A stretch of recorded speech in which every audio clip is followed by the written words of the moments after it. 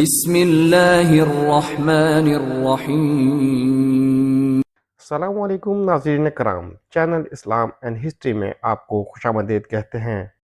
امیر المومنین حضرت عمر بن عبدالعزیز رحمۃ اللہ علیہ خلافت کا کام کر کے گھر آئے اور آرام کرنے کے لیے لیٹے ہی تھے کہ بیوی نے غمگین لہجے میں کہا، اے امیر المومنین، اگلے ہفتے عید آ رہی ہے۔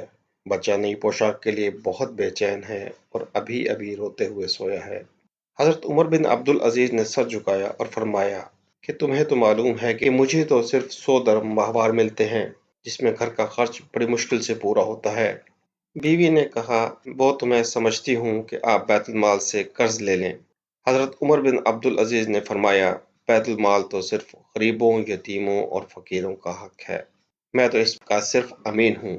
بیوی بولی، بے شک میرے سرتاج، آپ کی بات بالکل سچ ہے، مگر بچہ تو ناسمجھ ہے، اس کے آنسو دیکھے نہیں جاتے۔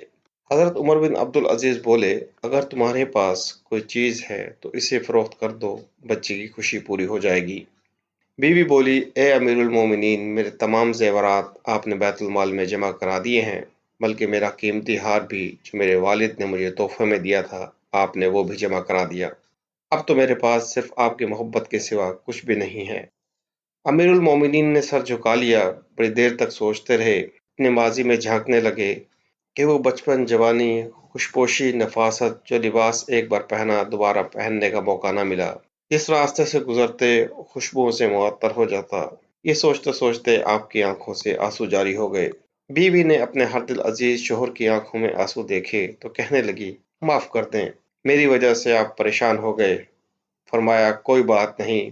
پھر حضرت عمر بن عبدالعزیز نے بیت المال کے نگران کے لیے ایک خط لکھ کر اپنے ملازم کو دیا اور فرمایا، جاؤ یہ خط نگران کو دے کر آؤ، اس میں لکھا تھا مجھے 1 ماہ کی تنخواہ پیشگی دے دو۔ ملازم نے جوابی خط لا کر امیر المومنین کو دیا، جس میں لکھا تھا کہ اے خلیفۃ المسلمین، آپ کے حکم کی تعمیل سر آنکھوں پر، لیکن کیا آپ کو معلوم ہے کہ آپ 1 ماہ تک زندہ رہ سکتے ہیں؟ جب آپ کو یہ معلوم نہیں تو پھر غریبوں کے مال کی حق تلفی کیوں کرتے ہیں؟ آپ نے جواب پڑھا تو رونے لگے۔ فرمایا، نگران نے مجھے ہلاکت سے بچا لیا۔ اگلے ہفتے دمشق کے لوگوں نے دیکھا کہ امراء کے بچے نئے حسین کپڑے پہن کر عیدگاہ جا رہے تھے، مگر امیر المومنین کے بچے پرانے دھلے ہوئے کپڑوں میں ملبوس اپنے والد کا ہاتھ پکڑے عیدگاہ کی طرف جا رہے تھے۔ بچوں کے چہرے چاند کی طرح چمک رہے تھے، کیونکہ آج ان کی نظر فانی دنیا کی وقتی خوشی پر نہیں، بلکہ جنت کی ابدی تمنا کے احساس نے انہیں سرشار کر دیا تھا۔